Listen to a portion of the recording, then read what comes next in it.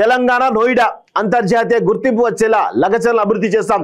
ఇప్పుడు రైతులే ముందుకొచ్చి 3,400 ఎకరాలు ఇస్తున్నారు. 5,000 కోట్లతో కొడంగల్లో ఎడ్యుకేషన్ క్యాంపస్ నిర్మాణం. ఉస్మానియా క్యాంపస్ లో లేని విభాగాలకు ఇక్కడ చోటు. 3 ఏళ్లలో నారాయణపేట కొడంగల్ లిఫ్ట్ ఇరిగేషన్ పూర్తి.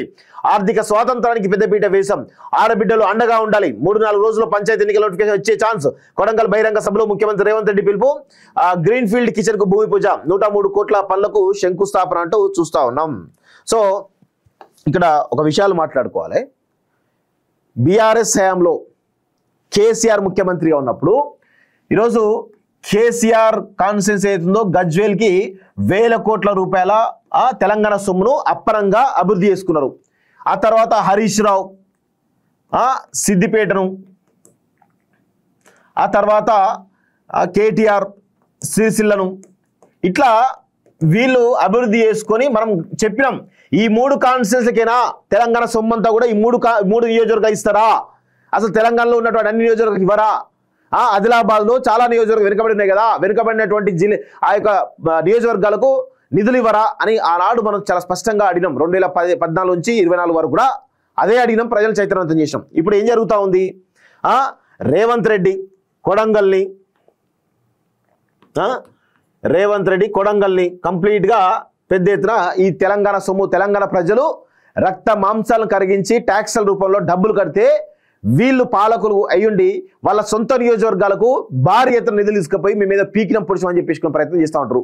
సో ఇట్లా ఉత్తమేమో ఆయన కాన్స్టిట్యున్సీకి ఇట్లా వివిధ రకాలుగా వాళ్ళు మంత్రులు అయి ఉండి ప్రజాపాలన చేస్తున్నామని చెప్పేసి వాళ్ళ నియోజకవర్గాలకు పెద్ద ఎత్తున నిధులు తీసుకుపోతా ఉన్నారు.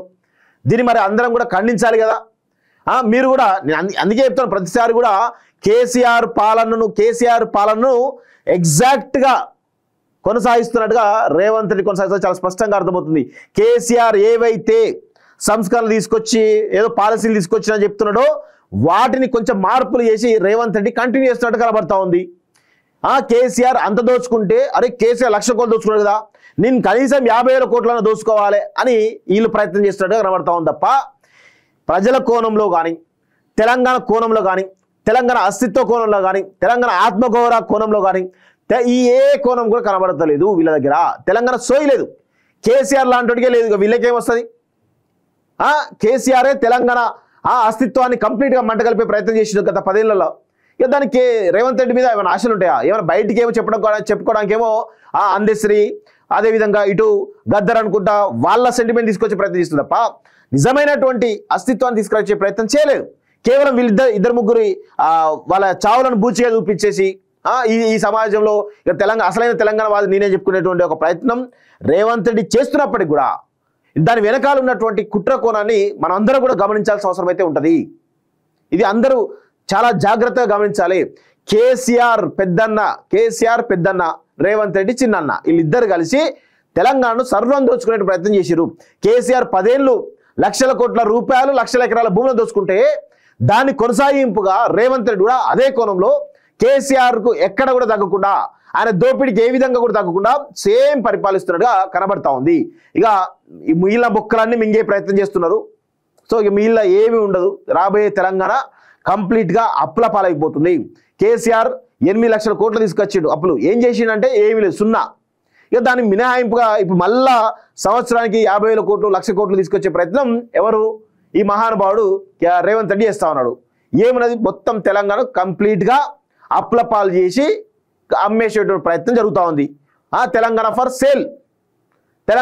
సేల్ అది చేస్తూ ఉన్నారు ఎవరు? రేవంత్ రెడ్డి. కానీ కేసీఆర్ కొత్త ప్రయత్నం చేస్తే ఇంకా మిగతా ప్రయత్నం అంతా తతంగం అంతా రేవంత్ రెడ్డి పూర్తి చేస్తూ ఉన్నాడు. ఇది జరుగుతున్నటువంటి తంతు.